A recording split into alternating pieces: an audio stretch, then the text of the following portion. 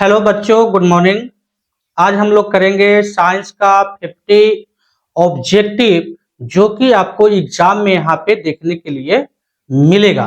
तो चलिए हम लोग स्टार्ट करते हैं आज का 50 ऑब्जेक्टिव। अब आपको क्या करना है, इसको टेस्ट के रूप में बनाना है। आप यहाँ पे 50 ऑब्जेक्टिव देख सकते हैं, क्योंकि आप कितना तैयारी कर रहे हैं उससे पता चल जाएगा कि आप जो है कितना यहाँ पे नंबर को स्कोर कर रहे हैं। तो चलिए हम लोग क्या करते हैं, आज का 50 ऑब्जेक्टिव जो है साइंस का महाकाल है ना, साइंस का संग्राम जो है यहाँ पे 50 ऑब्जेक्टिव होने वाला है, जो कि आपके बिहार बोर्ड के लिए वेरी वेरी इंपॉर्टेंट होगा। तो आइए हम लोग 50 ऑब्जेक्टिव की ओर आगे बढ़ते हैं।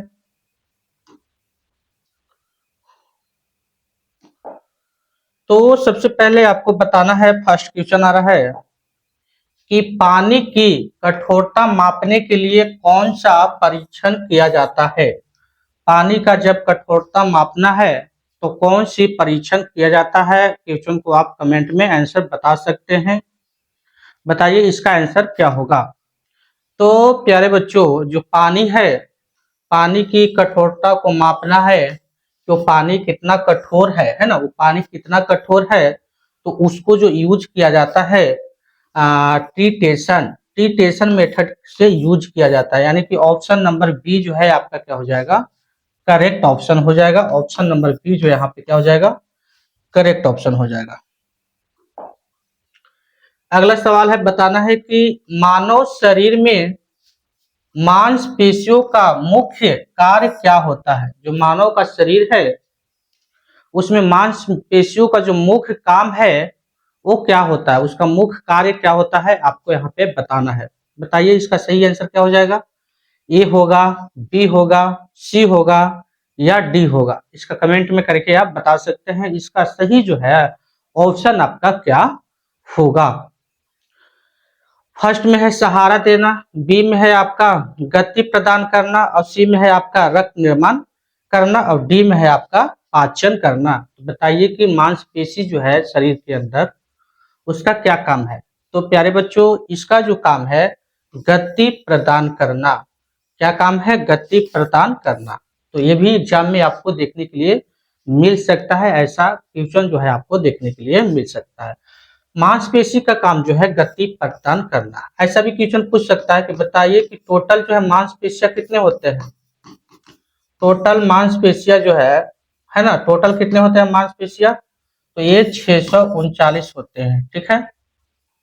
अगर हड्डी के लिए बात कर दिया जाए, हड्डी हड्डी कितने होते हैं, टोटल हड्डी कितने होते हैं मानव में, तो 206 याद रखना है। 206 जो है आपको याद रखना है। और आपसे यहाँ पे पूछ जाए कि जो छोटा बच्चा होता है, न्यू बेबी बॉर्न, जिसका छोटा जो जन्म लेता है, न्यू बेबी बॉर्न, उसका जो है कितना जो है हड्डी होता है, तो इसमें हो जाएगा प्यारे बच्चों 300 प्लस। तो इतना आपको क्या करना है, याद रखना है। आपको कमेंट में बताना है कि हड्डी से हड्डी को कौन जोड़ता है। आपको एक क्वेश्चन बताना है कि हड्डी से हड्डी को कौन जोड़ने का काम करता है।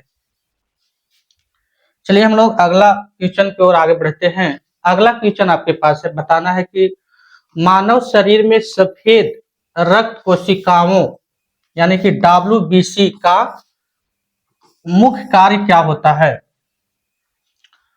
WBC का मुख्य कार्य है वो क्या होगा, कमेंट में करके आपको बताना है क्या होगा इसका आंसर।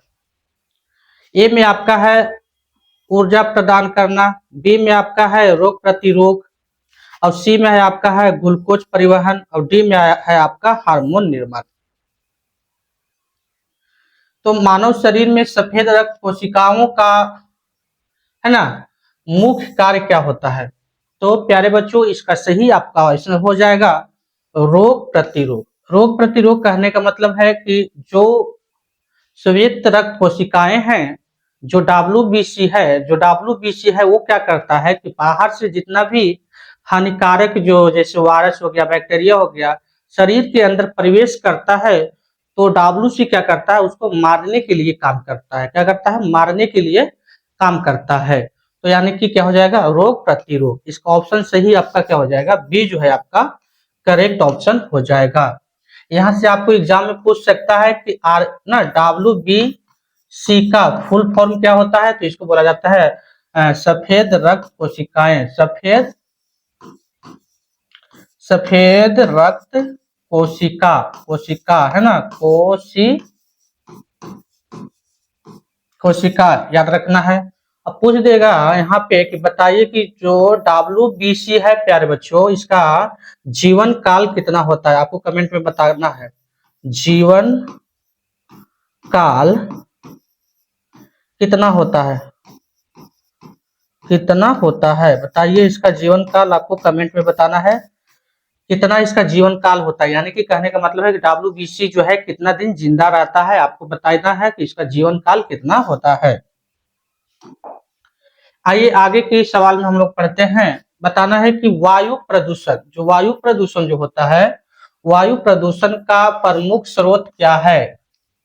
पेड़ पौधा, वाहन और उद्योग, वर्षा या मिट्टी। वायु प्रदूषण का सब ना मुख्य जो है का मुख्य स्रोत क्या है, यहाँ पे आपको बताना है। इसका सही आंसर क्या हो जाएगा। तो वायु जो प्रदूषण जो होता है, वायु में जो प्रदूषण होता है, इसका मुख्य कारण हो जाएगा वाहन और उद्योग। वाहन और उद्योग हो जाएगा, यानी कि ऑप्शन नंबर बी जो है आपका करेक्ट ऑप्शन हो जाएगा। अगला सवाल है, बताना है कि जलवायु परिवर्तन का मुख्य कारण क्या है। जब परिवर्तन होता है, जलवायु परिवर्तन होता है तो उसका मुख्य कारण क्या होता है, बताइए। इसका सही क्या आंसर हो जाएगा आपका, प्राकृतिक कारण हो जाएगा, या मानव गतिविधियां हो जाएगा, या वर्षा हो जाएगा, या जल का तापमान हो जाएगा। इसका सही आंसर क्या हो जाएगा, तो इसका जो सही आंसर हो जाएगा जलवायु परिवर्तन में क्या हो जाएगा कि मानव का गतिविधियां। मानव क्या कर रहा है, आज के समय में पेड़ को ज्यादा से ज्यादा क्या कर रहा है, कटाई कर रहा है, जिससे क्या हो रहा है कि कहीं पानी हो रहा है, कहीं पानी नहीं हो रहा है। तो इसका सही आंसर आपका क्या हो जाएगा, डी जो है आपका करेक्ट ऑप्शन हो जाएगा इसका। अगला सवाल है, बताना है, और इसमें आपको क्या करना है, गैस करना है, बताना है, ठीक है ना। इसका सही जवाब क्या होगा। मानव शरीर में हृदय की धड़कन, जो मानव शरीर में हृदय की धड़कन प्रति मिनट कितनी होती है, कितने बार वो धड़कता है, आपको बताना है। 60 से 100 बार, 40 से 60 बार, और यहाँ पे है 100 से 120, या 120 से 140। तो मानव का शरीर जो होता है, आपको मालूम होगा, वो जो धड़कता है कितने बार धड़कता है, 1 मिनट में 72 बार धड़कता है। 1 मिनट में कितने बार, 72 बार। लेकिन तो ऐसा तो इसमें है नहीं, है ना, ऐसा है इसमें नहीं है। यानी कि 60 से 100 है, 40 से 60 है, या 100 से 120 है, 120 से 140 है। यहाँ 72 नहीं है, तो यहाँ पे आपको क्या करना है, थोड़ा माइंड लगाना है। तो यहाँ पे जो आप अगर माइंड लगाते हैं तो यहाँ पे आप देख पाइएगा, तो ऑप्शन नंबर आपका जो है करेक्ट ऑप्शन हो जाएगा। यानी कि 60 से 100 के बीच में क्या आता है, 72 आता है। यानी कि ऑप्शन नंबर यहाँ पे क्या हो जाएगा आपका, ए जो है करेक्ट ऑप्शन हो जाएगा। अगला सवाल है, बताना है कि मानव रक्त में सबसे अधिक कौन सी कोशिकाएं होती है।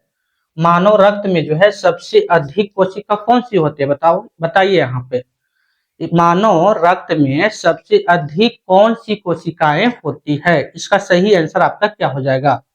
तो प्यारे बच्चों, इसका सही आंसर आपका हो जाएगा ऑप्शन नंबर जो है आपका बी जो है आपका करेक्ट ऑप्शन हो जाएगा। यानी कि आरबीसी। आरबीसी, आरबीसी का फुल फॉर्म क्या हो जाएगा, आरबीसी का फुल फॉर्म क्या हो जाएगा, रेड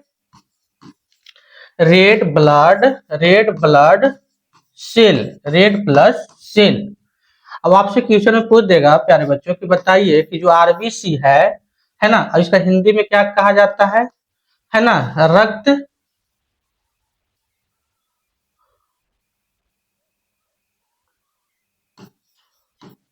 लाल रक्त कोशिकाएं, कोशिकाएं है ना, लाल रक्त कोशिकाएं। अब आपसे यहाँ से क्वेश्चन पूछ देगा कि जो लाल रक्त कोशिकाएं होता है ना, उसका जीवन काल कितना होता है, जीवन काल कितना होता है बताइए। इसका जीवन काल कितना हो जाएगा, इसका जीवन काल हो जाएगा आपका 120 दिन। इसका जीवन काल कितना हो जाएगा, 120 दिन हो जाएगा। तो इसका सही आंसर जो आपका हो जाएगा बी जो है करेक्ट ऑप्शन हो जाएगा। इसका सही आंसर क्या हो जाएगा, बी आपका करेक्ट ऑप्शन हो जाएगा। अगला सवाल है, आपको बताना है कि प्रकाश की परावर्तन और अपवर्तन दोनों घटना जो है किस पर होती है। ये भी आपको जो है वेरी वेरी इंपॉर्टेंट क्वेश्चन है, जो कि आपको एग्जाम में देखने के लिए मिलेगा। बताइए तो, प्रकाश की परावर्तन और अपवर्तन दोनों घटना किस पर होती है, धातु सतह पर होगा या जल सतह पर होगा या अपारदर्शी सतह पे होगा या कोई भी नहीं।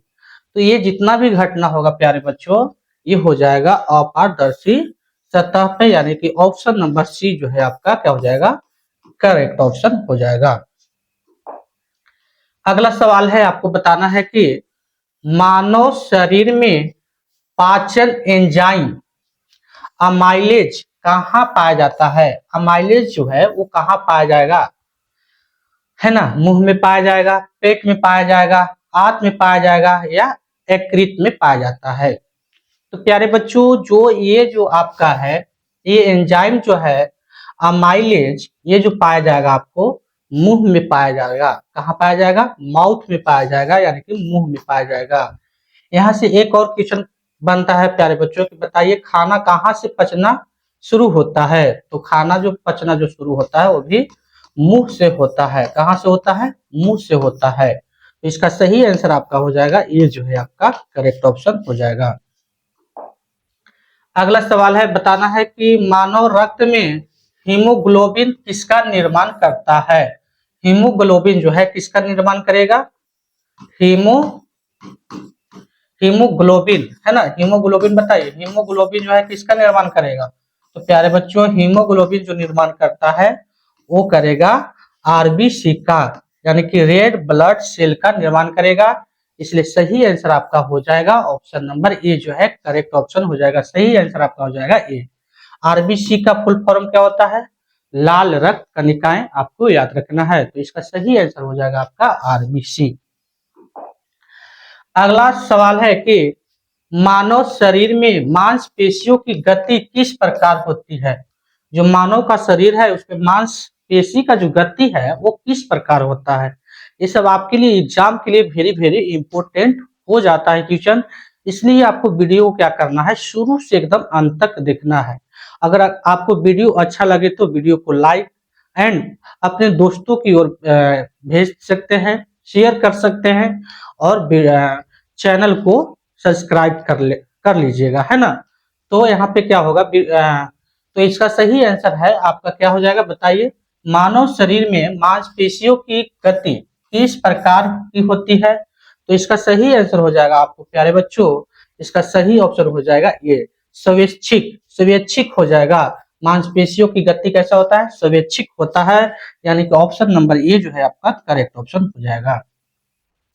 आइए अगला सवाल की ओर आगे हम लोग बढ़ते हैं। अगला सवाल है, आपको बताना है कि प्रकाश का अपवर्तन किस घटना के कारण होता है। जब प्रकाश का अपवर्तन होता है ना, किस घटना के कारण होता है। परावर्तन के कारण होगा, परावर्तन और अपवर्तन के कारण होगा, माध्यम के घनत्व में परिवर्तन के कारण होगा या अवशेषण के कारण होगा। इसका सही आंसर आपका क्या हो जाएगा, कमेंट में करके बता सकते हैं। तो प्यारे बच्चों, इसका सही आंसर हो जाएगा आपका माध्यम के घनत्व में परिवर्तन, यानी कि ऑप्शन नंबर सी जो है करेक्ट ऑप्शन हो जाएगा।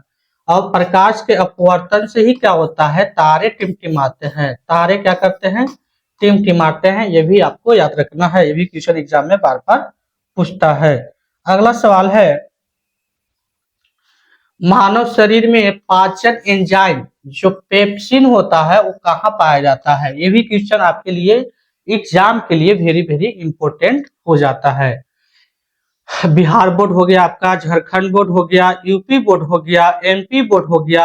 ये सभी एग्जाम के लिए, बोर्ड के लिए आपको जो है ये साइंस का 50 ऑब्जेक्टिव जो है वेरी वेरी इंपॉर्टेंट हो जाता है।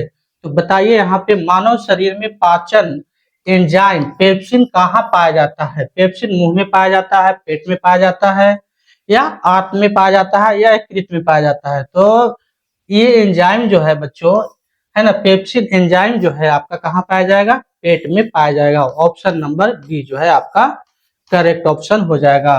पेट में और क्या पाया जाता है? HCl भी पाया जाता है, हाइड्रोक्लोरिक एसिड, ये भी आपको याद रखना है। अगला सवाल है आपका कि किसी धातु का तापमान बढ़ाने पर उसके आयाम में वृद्धि को क्या कहते हैं? अगर किसी धातु का तापमान बढ़ा रहे हैं तो उसको आयाम में वृद्धि को क्या कहा जाता है? बताइए।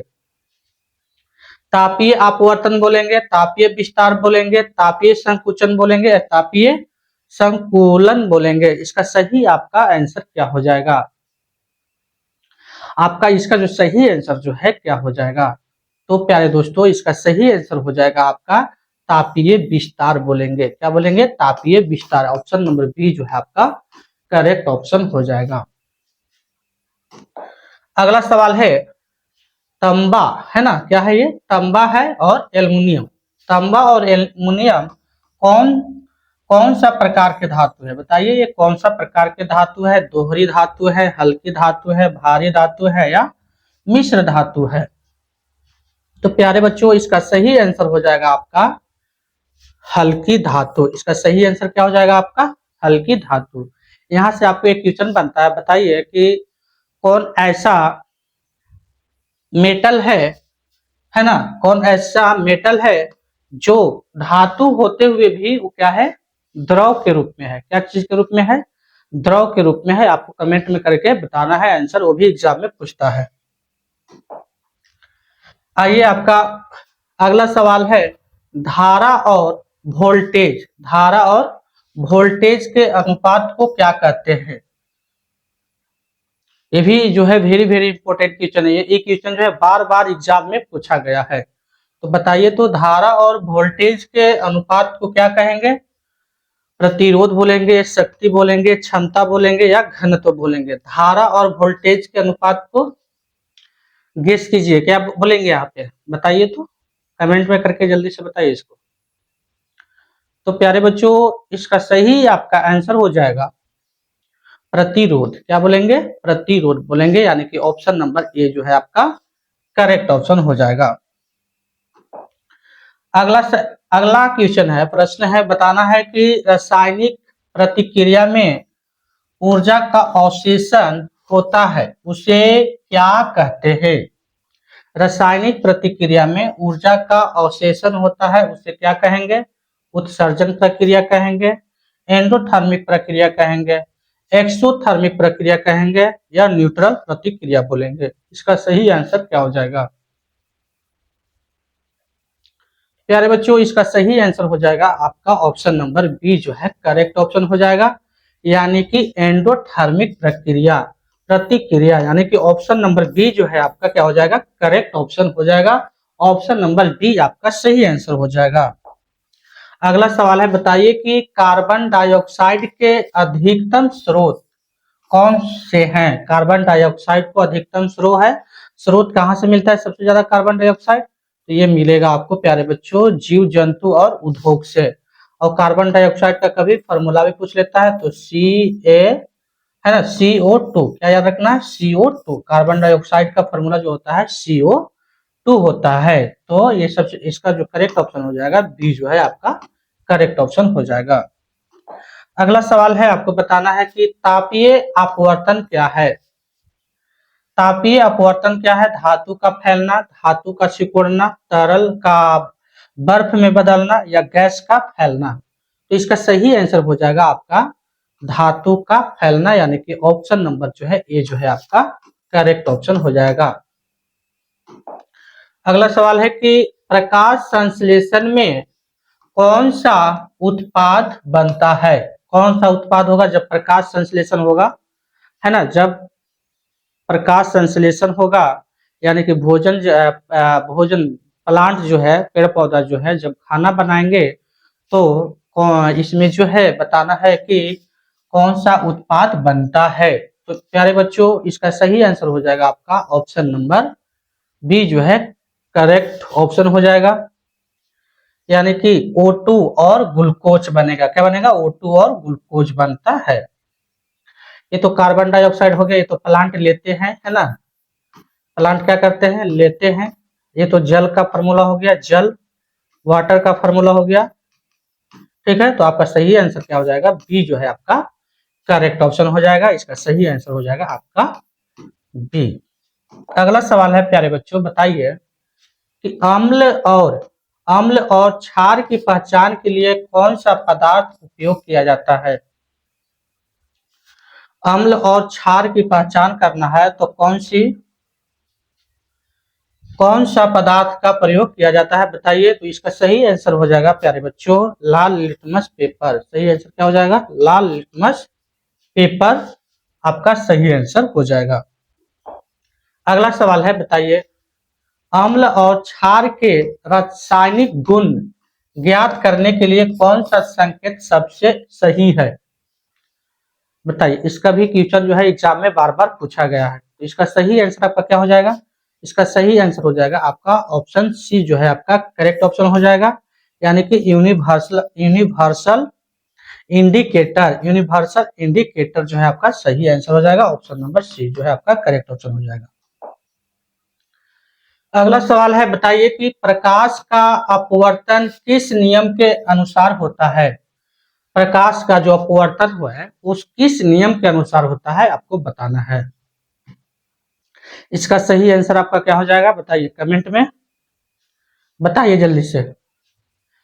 तो प्रकाश का अपवर्तन किस नियम के अनुसार होता है ना। परिवर्तन का नियम कहलाएगा, या स्नेल का नियम कहलाएगा, या न्यूटन का नियम कहलाएगा, या फ़ारेनहाइट का नियम कहलाएगा।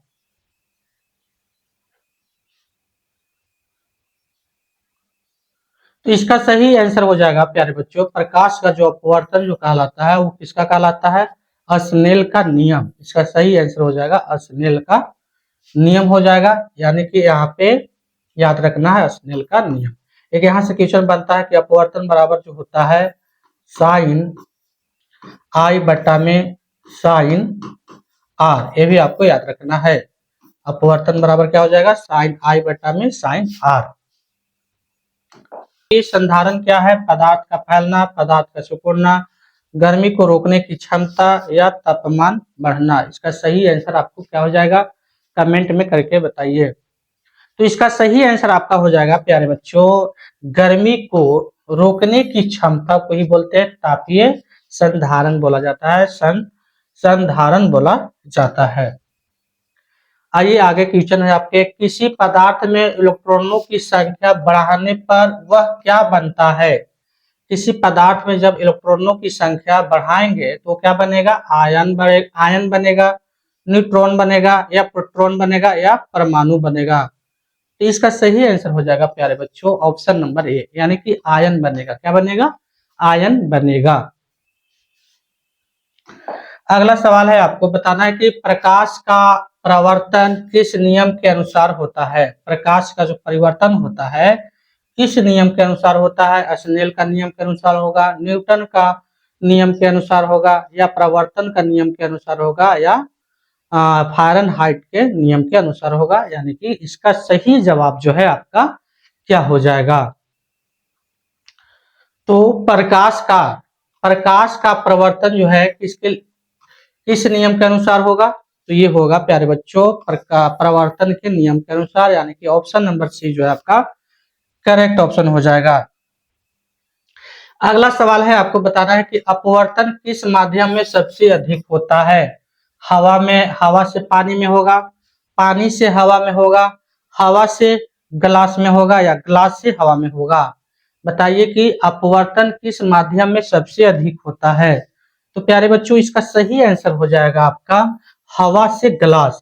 हवा से जब ग्लास में जाएगा, है ना, हवा से ग्लास में जाएगा तो इसका सबसे ज्यादा जो है आपका माध्यम में क्या होगा? अपवर्तन का अपवर्तन का माध्यम यहाँ पे आपको देखने के लिए मिलेगा। कभी आप देखे होंगे कि इसमें एक गिलास ले लीजिए, इस गिलास में क्या है, पानी भर दीजिए और यहाँ अब इसमें एक सिक्का रख दीजिए। तो यहाँ पे आप अगर देखते हैं ऊपर से, तो आपको क्या करेगा, सिक्का जो है आपको ऊपर देखा हुआ है ना, ऊपर आपको देखने के लिए महसूस होगा कि सिक्का जो क्या है पानी से ऊपरे है। तो यानी कि इसका सही आंसर हो जाएगा हवा से ग्लास, यानी कि ऑप्शन नंबर सी जो है आपका करेक्ट ऑप्शन हो जाएगा। दर्पण में प्रतिबिंब का वास्तविक या आभासी होना किस पर निर्भर करता है? ये भी क्वेश्चन जो है एग्जाम में आपको बार बार पूछता है। दर्पण में प्रतिबिंब का वास्तविक या आभासी होना किस पर निर्भर करेगा? दर्पण का आकार, प्रकाश की तीव्रता, दर्पण की स्थिति या दूरी।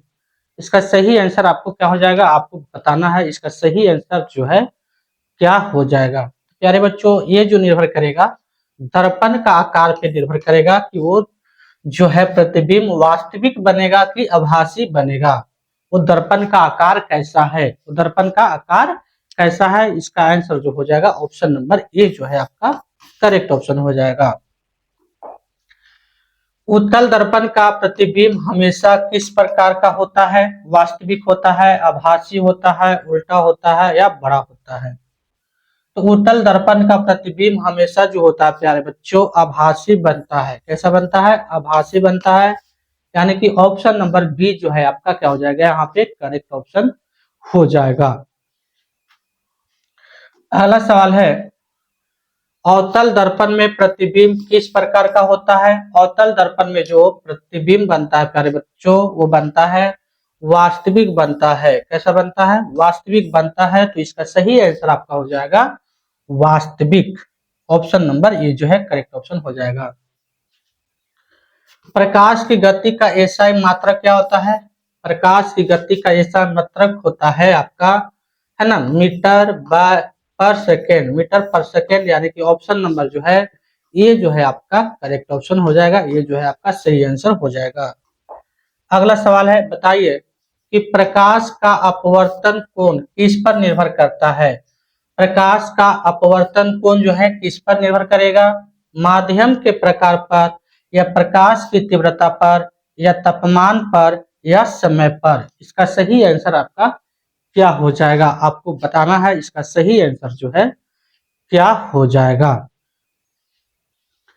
तो ये जो प्रकाश का जो अपवर्तन का कोण निर्भर जो करेगा प्यारे बच्चों, ये जो है आपका ऑप्शन नंबर ए जो है आपका करेक्ट ऑप्शन हो जाएगा। यानी कि माध्यम के प्रकार पे करेगा। अगला सवाल है, बताइए कि प्रकाश का प्रकाश का पूरी तरह परावर्तन कब होता है? अपवर्तन की सीमा से अधिक कोण पर, या कोण 0 डिग्री पर, या कोण 45 डिग्री पर, या कोण 90 डिग्री पर? तो प्यारे बच्चों इसका सही ऑप्शन हो जाएगा आपका अपवर्तन की सीमा से अधिक कोण पर, यानी कि ऑप्शन नंबर ए जो है आपका करेक्ट ऑप्शन हो जाएगा। अगला सवाल है कि दर्पण में प्रतिबिंब की वास्तविकता पर क्या प्रभाव डालता है? दर्पण का प्रकार, प्रकाश की गति, दर्पण का रंग, प्रकाश का स्रोत। तो इसका सही आंसर आपका क्या हो जाएगा, बताइए। तो प्यारे बच्चों इसका सही आंसर हो जाएगा आपका ऑप्शन ए, यानी कि दर्पण का प्रकार। अगला सवाल है कि उत्तल दर्पण में प्रतिबिंब का आकार क्या होता है? उत्तल दर्पण में प्रतिबिंब का आकार जो है क्या होगा? छोटा होगा, बड़ा होगा, समान होगा या उल्टा होगा? तो इसका सही ऑप्शन हो जाएगा प्यारे बच्चों छोटा। अवतल दर्पण में कैसा दिखाई देता है? छोटा दिखाई देता है। इसका सही आंसर हो जाएगा ये जो है करेक्ट ऑप्शन हो जाएगा। अवतल दर्पण में प्रतिबिंब का आकार क्या होता है? तो अवतल दर्पण में जो होता है प्यारे बच्चों बड़ा होता है, यानी कि ऑप्शन नंबर ए जो है आपका करेक्ट ऑप्शन हो जाएगा। अगला सवाल है कि प्रकाश की परावर्तन और अपवर्तन घटना किस सिद्धांत है? किसका सिद्धांत है बताइए? न्यूटन का है, आर्किमिडीज का है, या ह्यूजेंस का है, या गैलीलियो का है? इसका सही आंसर आपका क्या हो जाएगा? ऑप्शन नंबर सी जो है आपका करेक्ट ऑप्शन हो जाएगा। ये भी आपको वेरी वेरी इंपॉर्टेंट हो जाता है एग्जाम के लिए, इसको भी आपको क्या करना है, याद रखना है। अगला सवाल है कि दर्पण में प्रतिबिंब का कोण हमेशा किसके समान होता है? आपतन कोण के समान होता है, परावर्तन कोण के समान होता है, प्रकाश की तीव्रता होता है, या दर्पण की मोटाई के बराबर होगा? इसका सही आंसर आपका क्या हो जाएगा? कमेंट में करके बताइए। तो प्यारे बच्चों, इसका सही आंसर आपका हो जाएगा आपतन कोण। आपतन कोण के क्या होगा? बराबर समान होगा। प्रकाश किस माध्यम में सबसे धीमी गति में चलता है? शीशा में, हवा में, वैक्यूम में, रिक्त स्थान में? तो प्यारे बच्चों, इसका सही आंसर हो जाएगा आपको शीशा। शीशा में हो जाता है, सबसे धीमी गति चलता है। तो सही आंसर आपका क्या हो जाएगा? यहाँ पे शीशा हो जाएगा। तो ये भी क्वेश्चन आपके लिए याद रखना है, ये भी आपके लिए वेरी वेरी इंपॉर्टेंट हो जाता है, VVI हो जाता है। अगला सवाल है, आपको बताना है,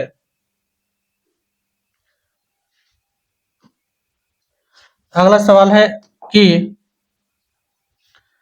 आर्किमिडीज का नियम किस विषय से संबंधित है? प्रकाश से है, तरल में बल से है, या तापमान से है, या ध्वनि से है? ये भी आपको याद रखना है, ये भी क्वेश्चन जो है एग्जाम में पूछा जाता है, ये भी जो है आपके लिए VVI हो जाता है। तो इसका सही आंसर आपका हो जाएगा प्यारे बच्चों तरल में बल, है ना, तरल में बल।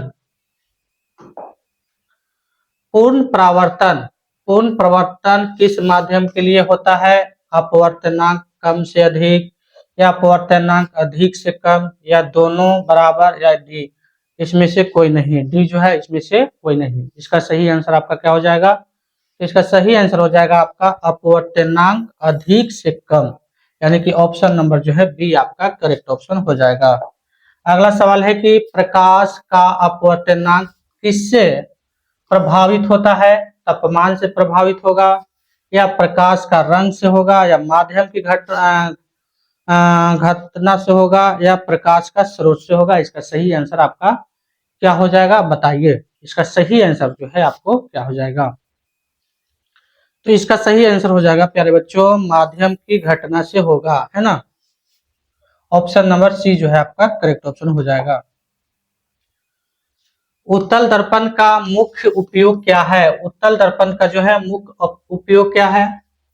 वाहन के पीछे देखने के लिए किया जाता है, बिंदु प्रकाश बनने के लिए किया जाता है, प्रकाश को रोकने के लिए क्या किया जाता है, या ऊष्मा उत्पादन के लिए किया जाता है? तो उत्तल दर्पण का उपयोग जो किया जाता है प्यारे बच्चों वाहन के पीछे देखने में किया जाता है, यानी कि ऑप्शन नंबर ये जो है आपका करेक्ट ऑप्शन हो जाएगा।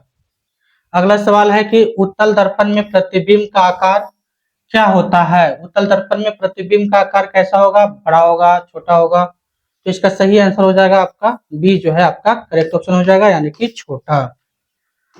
अगला सवाल है कि अपवर्तनांक किससे कहते हैं? अपवर्तनांक जो है किसे कहेंगे? प्रकाश की तीव्रता, माध्यम की कठोरता, प्रकाश की गति का अनुपात, या तापमान का अनुपात? अनुपात बोलिए, इसका सही आंसर जो है आपका क्या हो जाएगा? तो इसका सही आंसर हो जाएगा प्यारे बच्चों प्रकाश की गति का अनुपात। प्रकाश की गति का प्रकाश की गति का अनुपात, यानी कि ऑप्शन नंबर सी जो है आपका करेक्ट ऑप्शन हो जाएगा। परावर्तन के नियम क्या है? परावर्तन के नियम क्या है? आपतन कोण परावर्तन कोण के बराबर होगा, प्रकाश की तीव्रता बराबर आती है, या आपतन कोण बड़ा होगा परावर्तन कोण से, या आपतन कोण छोटा होगा परावर्तन कोण से? इसका सही आंसर हो जाएगा आपका ये जो है आपका करेक्ट ऑप्शन हो जाएगा, यानी कि आपतन कोण जो होता है क्या होता है?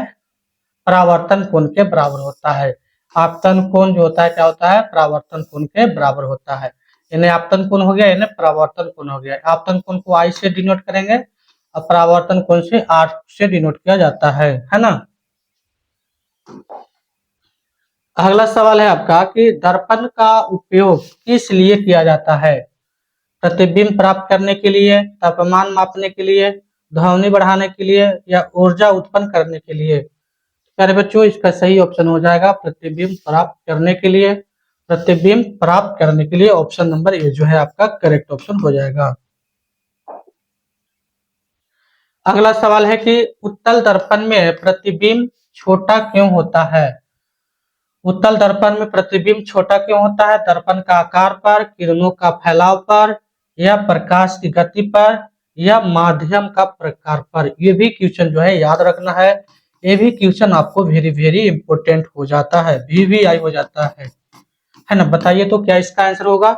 उत्तल दर्पण में प्रतिबिंब छोटा क्यों होता है? बताइए, जब उत्तल दर्पण ऐसा क्यों होता है ना? क्या आपको मालूम है उत्तल दर्पण में प्रतिबिंब छोटा क्यों होता है? इसका सही आंसर क्या हो जाएगा आपको बताइए, कमेंट में करके बताइए इसका सही आंसर क्या हो जाएगा। तो प्यारे बच्चों, इसका सही आंसर हो जाएगा ऑप्शन नंबर बी जो है क्या हो जाएगा, करेक्ट ऑप्शन हो जाएगा, यानी कि किरणों का फैलाव। किरणों का फैलाव, किरण के फैलाव से क्या होता है, जब किरण जो है फैलाव करेगा तो उत्तल दर्पण में फोटो कैसा बनता है? वो छोटा बनता है। अवतल दर्पण में प्रतिबिंब बड़ा क्यों होता है? अब बताइए तो अवतल दर्पण में प्रतिबिंब बड़ा ही क्यों बनता है? ऐसा क्या रीजन है कि अवतल दर्पण में प्रतिबिंब बड़ा बनता है? बताइए इसका सही आंसर क्या हो जाएगा। किरणों का केंद्रित होना, प्रकाश का फैलाव, या दर्पण का रंग, या माध्यम का प्रकार। तो प्यारे बच्चों, इसका सही आंसर हो जाएगा, ये भी आपको याद रखना है, वेरी वेरी इंपॉर्टेंट हो जाता है, VVI हो जाता है। तो इसका सही आंसर हो जाएगा आपको प्यारे बच्चों किरणों का केंद्रित होना। किरणों का क्या होता है? केंद्रित होना। तो ऑप्शन नंबर ये जो है आपका करेक्ट ऑप्शन हो जाएगा। अगला सवाल है कि अपवर्तनांक किससे प्रभावित होता है? प्रभावित किससे होगा? तापमान से होगा, प्रकाश का रंग से होगा, माध्यम की घटना से होगा, या प्रकाश का स्रोत से होगा। आपको बताना है इसका सही आंसर क्या हो जाएगा। तो प्यारे बच्चों, इसका सही आंसर हो जाएगा माध्यम की घटना। माध्यम की घटना से वो क्या होता है? वो प्रभावित होता है।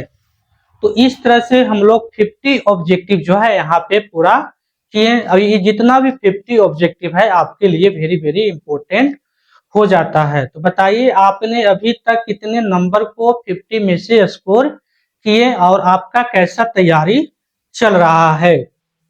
अपना अपना जो है आंसर कमेंट में बता सकते हैं।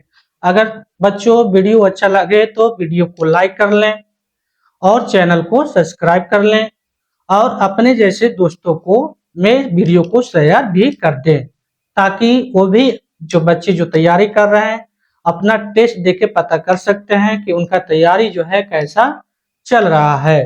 तो बस आज के लिए बस इतना ही, मिलते हैं नेक्स्ट डे और नेक्स्ट टॉपिक के साथ।